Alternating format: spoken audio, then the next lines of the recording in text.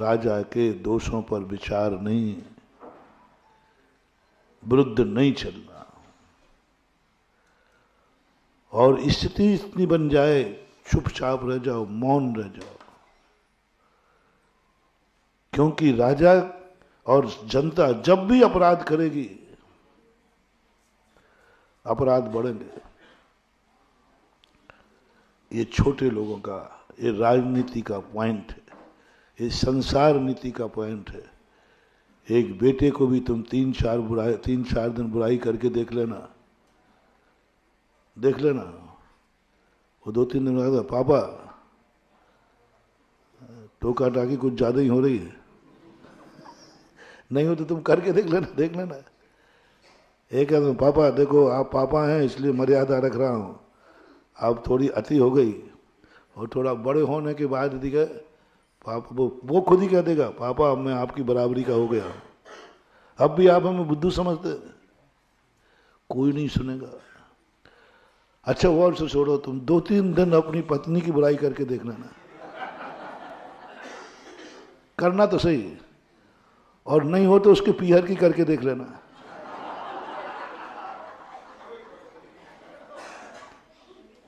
तुमने पीहर की बुराई देखो तुम्हारी यहां कलाई खोल रहा हूं, तुम इतने बुद्धू हो। पुरुष सब जगह, इसी जगह पुरुष की निंदा है। पुरुष अपने माँ बाप की बुराई, अपने भाई की बुराई महिला से सुन ले गए, सुनते ही माँ बाप की बुराई करे, तेरी माँ की, तुम्हारी माँ की बुराई यदि तेरी पत्नी करे ना तो आप चुपचाप रहते हो। हाँ है अब थोड़ी हमारी मम्मी है बूढ़ी हो गई है, ऐसा कह के टाल दोगे। तुम इसकी मम्मी की बुराई करके देख लो, इसके भैया की बुराई करके देख लो, और तुम्हारे भाई की 100 बार बुराई करती है, लेकिन तुम इसके भाई की बुराई करके देखो, तुम करके देखना ही कर। हाँ पर उस दिन का उपवास मेरे से ले लेना।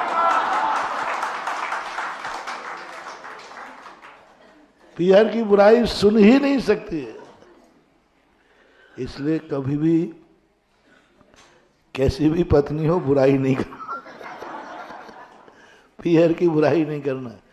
जो संबंध टूट नहीं सकते उनके दोषों की आलोचना नहीं करना, क्योंकि तुम्हें एडजस्ट करना पड़ेगा। मोटिवेशन लो, जो संबंध कभी टूट नहीं सकते उनको तुम्हें निभाना ही है, जैसे बने तैसे, क्योंकि टूट ही नहीं सकता। यदि उसको तुमने तोड़ने का प्रयास किया तो तोड़ने के बाद जो कष्ट आएंगे वो जोड़ने से भी ज्यादा खतरनाक होंगे। जो संबंध तुम्हारे जुड़े हैं ना, उसमें जो तुम्हें संकट आ रहा है, क्लेश आ रहा है, तोड़ने के बाद उससे डबल आएंगे।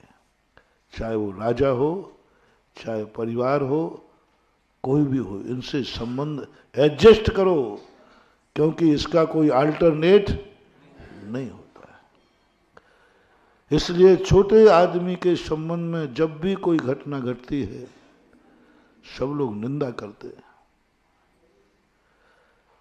सब खुशी मनाते हैं। और महान आदमी की विशेषता बता रहा हूं, महान आत्मा के जीवन में जो कुछ भी संकट आता है वो कथा बन जाती है, उसकी चर्चा करने में पुण्य है। एक पापी को सजा हो गई, उसकी चर्चा करने में पाप है, जिसके लिए मैंने कथा सुनाई। और एक धर्मात्मा को जेल हो गया, उसकी चर्चा करने में पुण्य है। किसी पापी को देश निकाला दिया जाए, उसकी चर्चा करने का मना किया गया, क्या चर्चा कर। और रामचंद्र जी को देश निकाला दिया गया तो रामायण लिखी गई, कथा बन गई, व्यथा कथा बन गई। यानी महान आत्मा वो है, उसकी जिंदगी में जो कुछ भी आएगा सब धर्ममय हो जाएगा, सब धर्ममय हो जाएगा। पारसनाथ के संकट आया, जो पुराण बन गया। रामचंद्र जी पे आ गया, रामायण बन गई।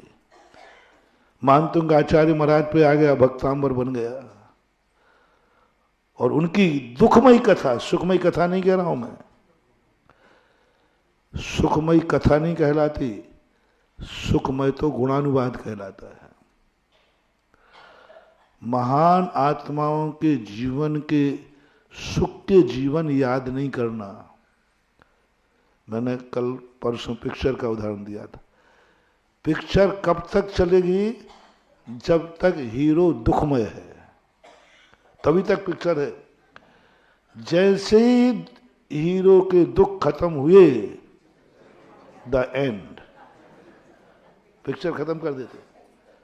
अब मैं सोचता हूं कि अभी तो उसके थोड़े देर 4 दिन अच्छे आए, पूरे 3.5 घंटे, 3 घंटे होते, 2.5 घंटे, 3 घंटे तो बेचारा संकट ही संकट में पड़ा रहा। अब जैसे ही खलनायक मरा तो अब वो शांति से जिएगा, वो तो कथा बताओ, नहीं, खत्म। यानी पिक्चर कहां तक है? जब तक हीरो संकट में है। पूरी पिक्चरों के हाल यही है। रामचंद्र जी की पूरी कथा हमने देखी वैष्णव दर्शन में, पूरे संकट की कथाएं हैं। और जैसे ही अच्छे का दिन आया, तुलसीदास कहते अब क्या लिखना। है ना, महान आत्माओं के लोग अच्छी बातें लिखनी नहीं चाहते, तुम्हें भी पसंद नहीं है। सुख के दिन तुम्हें पसंद नहीं है, सुखी साधु तुम्हें पसंद नहीं है, सुखी भगवान तुम्हें पसंद है। 24 तीर्थंकर सब सुखी रहे, उनको तुम पसंद नहीं करते। कौन पसंद है? क्यों गए? क्यों? क्या बात है, क्या बात है? हमें ये बता दो, पारसनाथ में हमारे पुष्पदंत महाराज